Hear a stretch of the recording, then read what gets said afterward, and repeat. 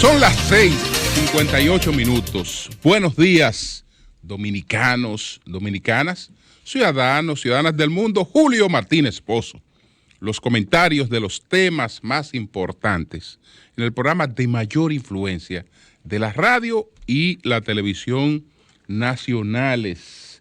Entonces, señores, en este lunes 22 de febrero del año 2021, buenos días a todo el equipo del Sol de la Mañana, la audiencia de Sol, la teleaudiencia de Telefuturo, Canal 23 y a todas las personas que siguen nuestros contenidos a través de las redes sociales.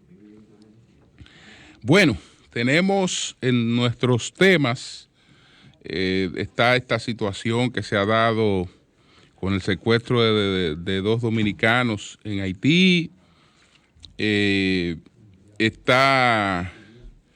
Básicamente nos hacemos una pregunta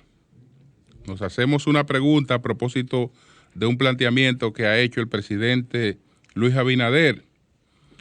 ¿Puede el Estado modificar legítimamente un contrato por encima del 25% del monto original? Todo esto porque el presidente dijo este fin de semana que tiene un nudo legal con los contratos. Y vamos a referirnos a ese tema porque así como pretendemos 3 causales para el aborto, como se pretenden 3 causales para el aborto, hay 3 causales para la modificación de un contrato. Entonces, bueno, hay otras informaciones que compartimos, pero vamos de inmediato con, primero, esta situación con Haití. Ya es parte de una tradición en un estado que no funciona. No funciona porque sé que las autoridades dominicanas han puesto todo su esfuerzo en ver cómo pueden colaborar para que estos 2 técnicos dominicanos y un técnico haitiano que fueron secuestrados, custodiados incluso por la policía y secuestrados, para pedir un rescate por ello. Hay un esfuerzo de nuestras autoridades, pero ¿un esfuerzo frente a quién? Si no hay unas autoridades en Haití que puedan ser recíprocas. No hay unas autoridades que puedan ser realmente recíprocas en cuanto a lo que esto implica.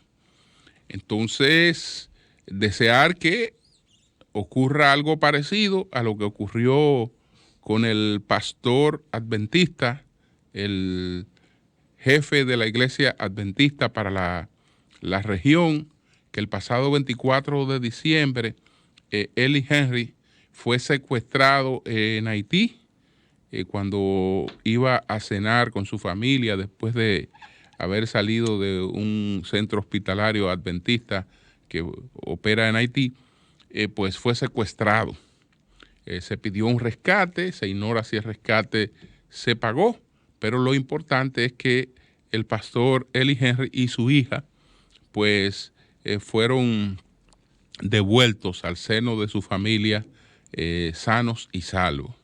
Eso esperamos con estas familias que tienen ahora esta angustia, este sufrimiento por 2 personas que están secuestradas en Haití, entre las que se incluye un haitiano. Están pidiendo supuestamente $2 millones porque el respeto por el dinero se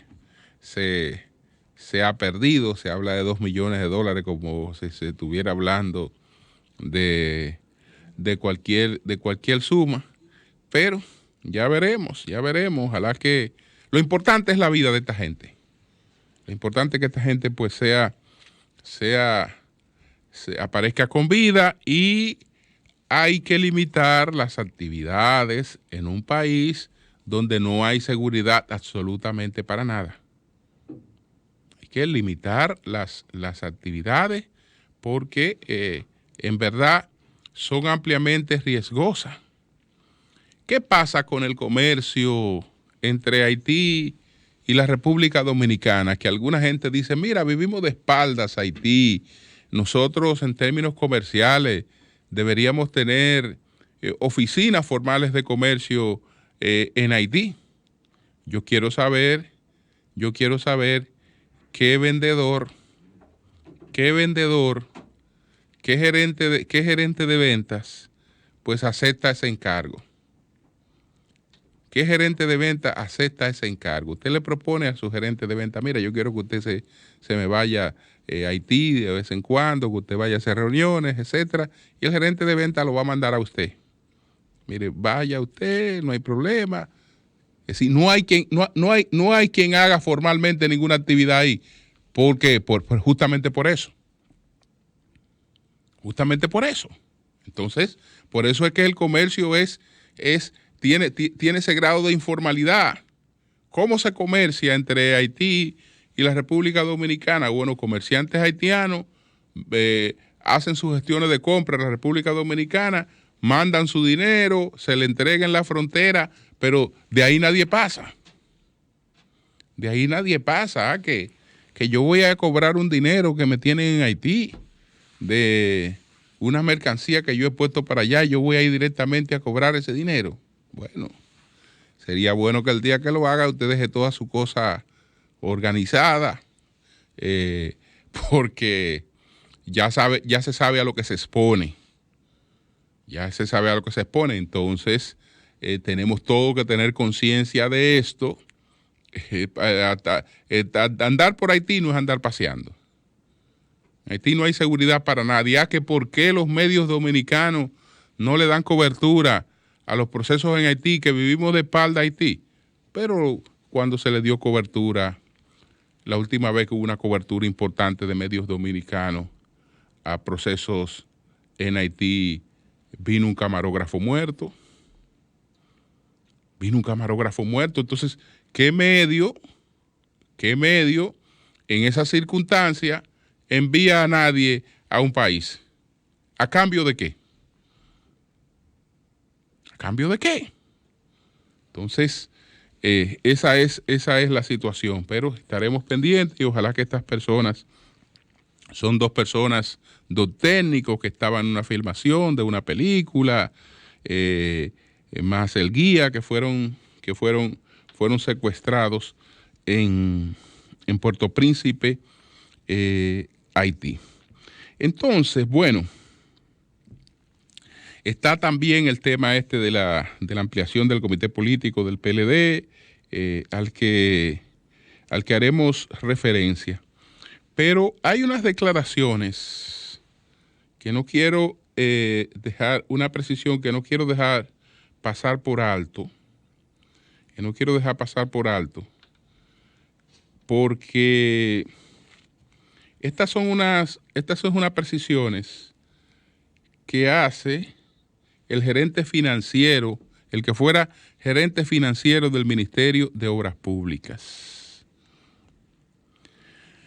Autoridades de la pasada gestión del Ministerio de Obras Públicas afirmaron que el plan de asfalto de calles y avenidas con hormigón asfáltico caliente, concebido por el gobierno pasado en 2019, fue ejecutado con cargo al presupuesto del Ministerio de Obras Públicas y Comunicaciones y no formaba parte del programa de contratistas y suplidores del Estado del Banco de Reservas.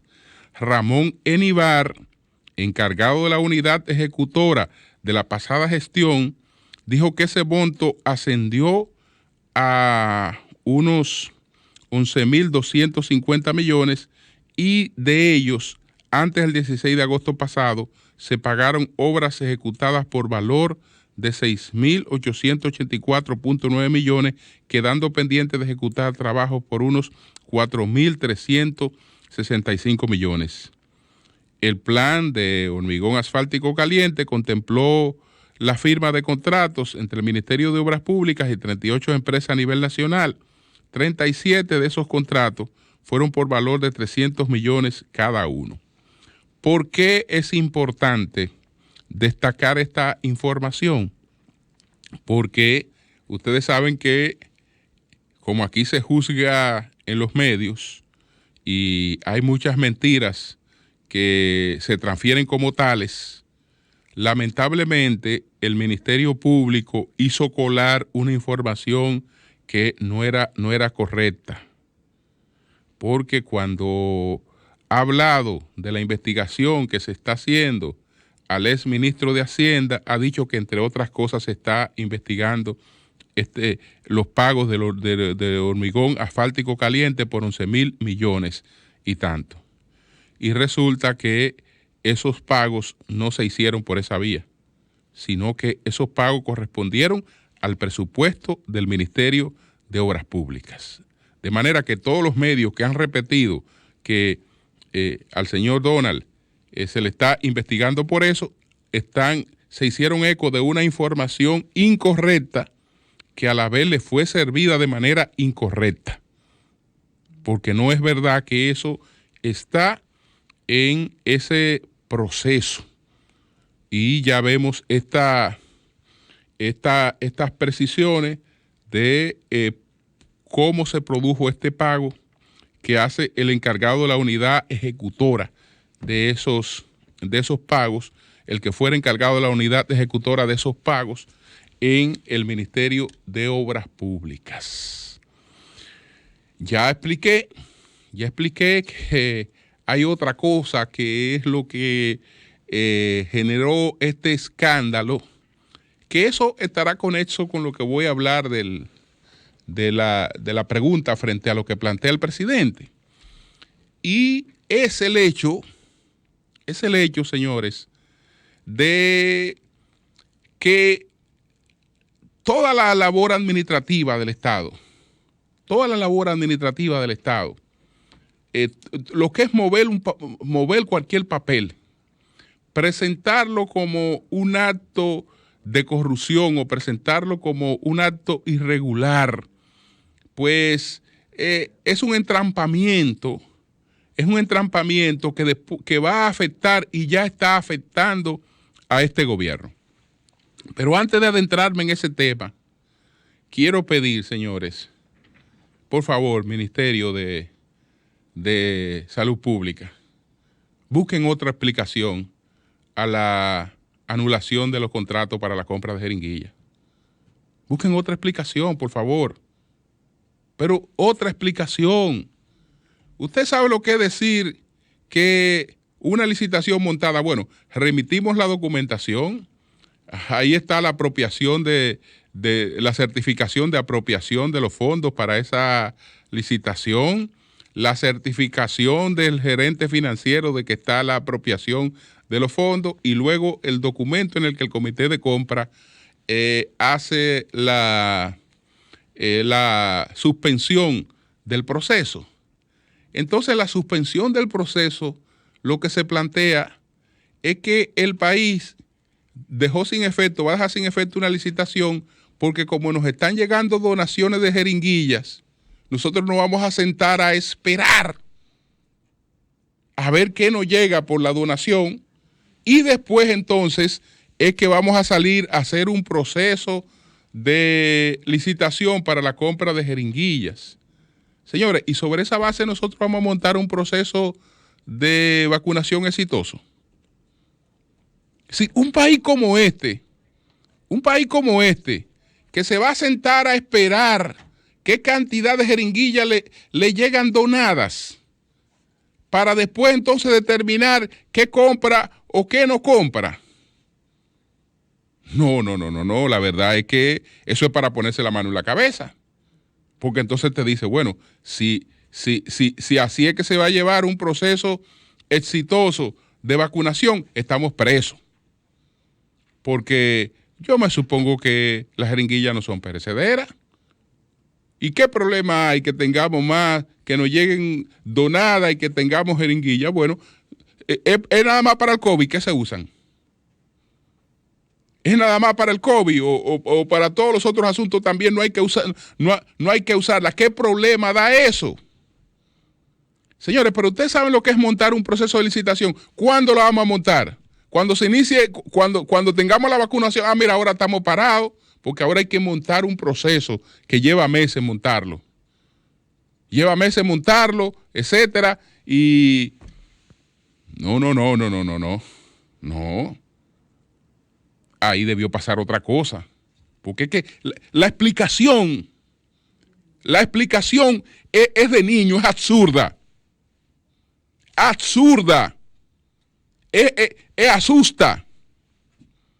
Que nos vamos a sentar a esperar a ver qué nos llega de donación para hacer depender un proceso de vacunación de eso. Un país que lo que está recibiendo que 30,000 vacunitas por aquí, que 50,000 por allí. No. Como decía el presidente Luis Abinader. ¿Usted sabe cuál debe ser la posición de este país? La que decía el presidente Abinader. El problema de nosotros no es que nos donen ni que nos regalen, es que no nos quiten lo que tenemos. Que no nos quiten lo que tenemos, porque sabemos que para poder llevar a cabo un proceso de vacunación, nosotros no podemos depender de donaciones. Tenemos que tener nuestro asunto asegurado, independientemente de que nos donen lo que sea, pero nuestro asunto bien asegurado. No, vamos a sentarnos a esperar a ver qué nos llega de donación. Y entonces después emprendemos. Bueno, señores, eso da miedo. Eso da miedo. Si eso es así, eso da miedo. Eso da miedo. Ahora que se presentaron cualquier otra cosa, yo no sé, no quiero ponerme a especular porque se habla de que había una supuesta sobrevaluación de más de un 600% y eso es otra cosa, pero la excusa infantil de que nos vamos a sentar a esperar que nos donan, bueno, si así es que vamos a vacunar, estamos presos. Después sabremos, porque se produjo la renuncia del viceministro administrativo, Robinson Díaz. Esto no sabemos si está asociado, pero algo pasó. Algo pasó. Pero la excusita, señores, es lo más estúpido que se pueda haber argumentado. Eso es una estupidez, de que vamos a ponernos a esperar a ver qué nos donan, para entonces después ver qué compramos. Eso por una parte. Bueno, vámonos al tema porque el presidente Abinader, primero saludar el relanzamiento del Plan de Desarrollo Integral, Desarrollo Turístico de la provincia de Samaná. Ese plan, como lo explicaron ayer, el presidente había estado a principio de su gobierno, había estado en Las Terrenas. Y ahí se reunió con el clúster turístico de La Terrena, con la gente de Samaná, se pidió un plan de desarrollo integral. Y bueno, esta visita es una continuación de este plan y de la ejecución de este plan. Entonces, esto ahora, porque la otra vez se habló más de La Terrena, pero incluye el remozamiento de la entrada de Samaná, el remozamiento del área del malecón de Samaná, la construcción de una serie de obras pequeñas ahí en el entorno del malecón de Samaná. Estamos hablando de apoyos para lo que son los puertos, la construcción de los puertos de la bahía de Samaná y el de Arroyo Barril, el remozamiento del centro histórico de Sánchez, etcétera, etcétera. Pero el presidente, cuando estuvo en Las Terrenas, anunció de inmediato los inicios de una carretera, la carretera Limón-Playa Morón. Y pasaron varios meses y no se había iniciado la obra. Entonces él ahora anunció el reinicio de la obra que ya había anunciado. Y como una explicación de ese retraso, fue que el presidente hizo alusión a lo que él llama el nudo legal, que dice que el 95% de las obras que encontró tienen un nudo legal. ¿Cuál es el nudo legal al que el presidente se refiere? A que esas obras en su presupuesto, pues han sido ampliadas en más de un 25%. Y entonces, en términos literales, se entiende que cualquier contrato del gobierno que exceda un 25% del monto originalmente contratado, ya se coloca por encima de lo legal. Eso es lo que se entiende. Pero, presidente, eso se entiende, presidente, y parece que es así, pero eso es así sobre todo en algunos espacios periodísticos que juzgan y condenan. Es decir, que el simple hecho o el solo hecho de que una obra exceda el 25% de su contratación original ya es presentada como un acto incorrecto, como un acto ilegal o como un acto de corrupción. Entonces, si bien es cierto, repito, que literalmente eso parece ser así, pues resulta que no es tan así. Y esto, por lo que plantea, por una lectura, digamos, textual, literal, una lectura textual de la ley de compra y contrataciones, una lectura textual que esa ley, digamos, en el artículo 31.2, dice que solo opera cuando es el mismo Estado lo que establece la ley. La ley en el artículo 31.2 es que establece este límite para un contrato que no debe exceder del 25%. Ahora bien, eso solo opera y solo es así cuando es el Estado que hace la modificación de manera unilateral. Entonces, presidente, decía que así como se buscan tres causales para permitir el aborto, hay otras causales que mediáticamente no se abordan, pero que forman parte de todo este proceso. Forman parte de todo este proceso. Esto que se refería del artículo al que hice cita, del artículo 31.2 de la Ley de Compra y Contrataciones, que es la que establece ese límite del 25%, está referida a una de esas tres causales. Esa primera de las causales es el ius variandi. El ius variandi es este mecanismo que impide al Estado de manera unilateral reducir el monto del contrato o ampliarlo a más de un 25%. Es decir, el umbral que le da al Estado en ambas direcciones es apenas de un 25%. El ius variandi. Pero hay otras dos variables. Está la variable de la imprevisión y está la variable que denominan hechos del príncipe, que aquí lo que se llamaría hechos del príncipe no serían otra cosa que las decisiones del Ejecutivo. ¿Qué es lo que pasa?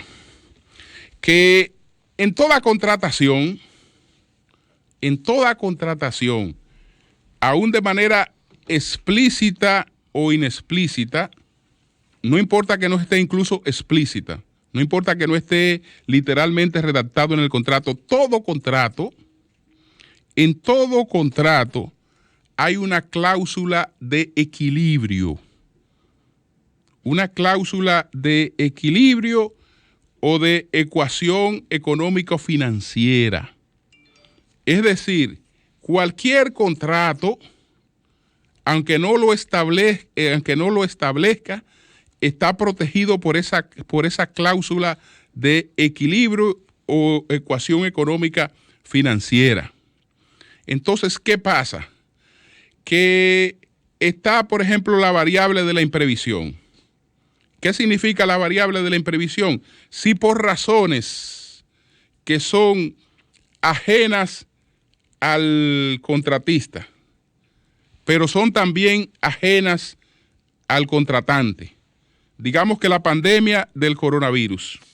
La pandemia del coronavirus es una razón de imprevisión. Nadie prevía lo que pasó con el coronavirus. Eso altera muchos presupuestos. Eso impide que la transportación estuviera a tiempo. Eso encarece los fletes. Eso crea un panorama distinto en el plano laboral. Entonces, eso o un tsunami o un huracán, un fenómeno de la naturaleza, algo que produjo una situación distinta, es lo que se llama imprevisión. Entonces, eso es distinto al ius variandi. Es distinto al ius variandi y por lo tanto, por la parte de la imprevisión, no es ilegal el incremento de un contrato, que lo que tiene que ver con la parte de la imprevisión, pero también con la parte de los hechos del príncipe o de los hechos del gobierno. Si se toman medidas, si un gobierno toma medidas que alteran la naturaleza de un contrato, entonces ahí nos vamos a la cláusula del equilibrio o la ecuación económica financiera.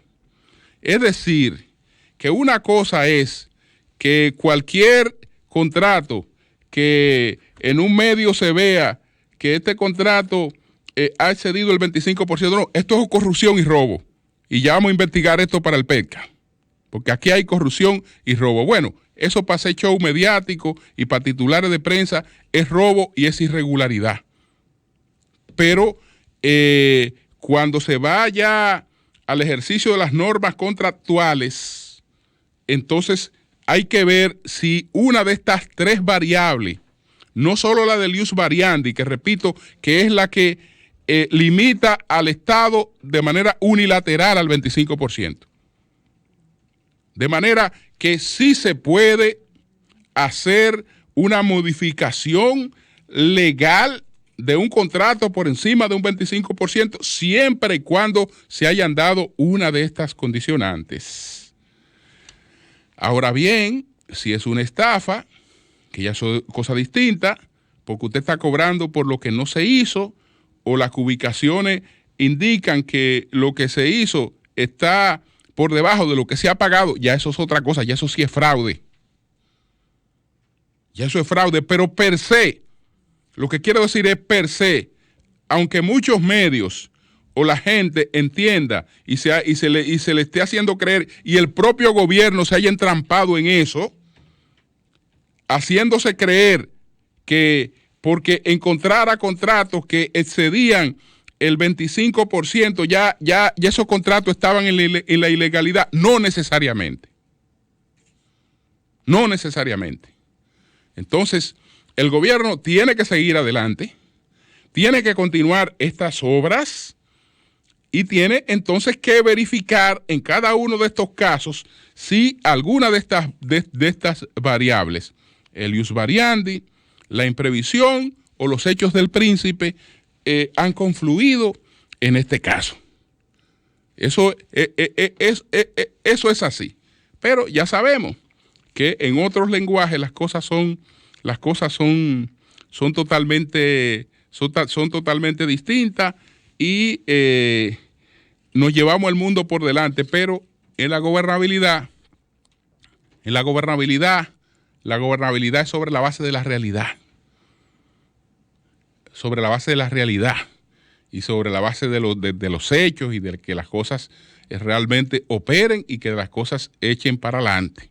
Entonces, creo, presidente, que ese nudo legal, usted con la correcta asesoría legal lo puede resolver. Lo puede resolver porque eso no es necesariamente una irregularidad. He dicho que no lo es necesariamente. No quiero decir que en algunos casos no pueda aparecer irregularidad, pero necesariamente eso no es per se una irregularidad como algunos creen. Entonces, es lo que tiene que ver con eso. Me queda la situación del Partido de la Liberación Dominicana. Ayer una plenaria del PLD está discutiendo una propuesta que se hizo de ampliación del comité político que tiene 35 miembros, de llevarlo a 45. Esto se hace en consonancia con el aumento del Comité Central del Partido de la Liberación Dominicana. Esta propuesta, pues, tiene posiciones encontradas a lo interno del PLD.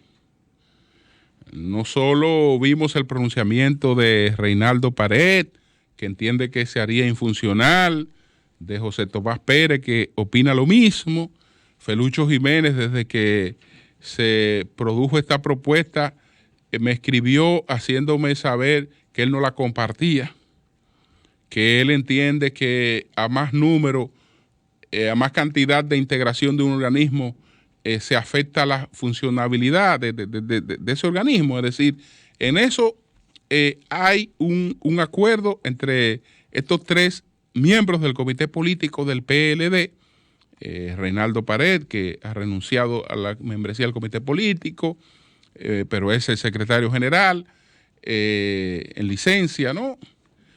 Hasta que se escoja otro secretario general, Felucho Jiménez y José Tomás Pérez. Sé de otros dirigentes que me expresaron desde el principio que no están de acuerdo. Esta fue una propuesta que hizo en el comité político, pues Ramé Segura. Y como propuesta, entonces, el comité político no la podía avalar. Tenía que someterla a una plenaria. Y es la plenaria la que va a decidir si se amplía o no el comité político. Se va a decidir la ampliación del comité político porque, si bien es cierto que los resultados de las primarias se dan a conocer hoy a las 10 de la mañana, en lo que había hasta anoche, estaba sobre el 75% la votación en favor de la ampliación del comité político del Partido de la Liberación Dominicana. El PLD, pues, tradicionalmente había venido aumentando su comité político, así como ha aumentado su comité central. En esta etapa, el PLD nunca había estado, digamos, tan condicionado hacia factores externos en sus decisiones internas. Porque los que critican al PLD, porque el PLD, por ejemplo, ha ratificado a los miembros de su comité central y esos miembros del comité central no fueron a elecciones. Ustedes saben qué hacen si uno de esos miembros del comité central que critican porque fueron ratificados por no ser elecciones renuncia al PLD, que los reciben como héroes y le dan la categoría de altos dirigentes en otra organización. Entonces, ese es un factor. Él tiene en estos momentos el PLD una presión de un liderazgo joven que está abriéndose puertas, que quiere responsabilidades específicas, que quiere asumir su rol, pero por otra parte tiene el liderazgo tradicional de ese partido, del que no puede hacer, digamos, una transición abrupta. Y que, bueno, que en Europa los liderazgos renuncian cuando se producen ciertas crisis, pero eso es en Europa, esa no es en la tradición nuestra. En la tradición nuestra, Peña Gómez se murió siendo el líder de su partido y Juan Bosch se murió por igual hasta que pudo. Es decir, ya cuando la salud no se lo permitió, él se fue retirado. Pero mientras tuvo salud y energía y vitalidad, él fue el líder de su partido. No importa que el partido perdiera o ganara elecciones, él fue el líder de su partido. Es decir, esta no es la tradición de Europa, esta es otra tradición, la dominicana, y así y es así en todos los partidos. Entonces,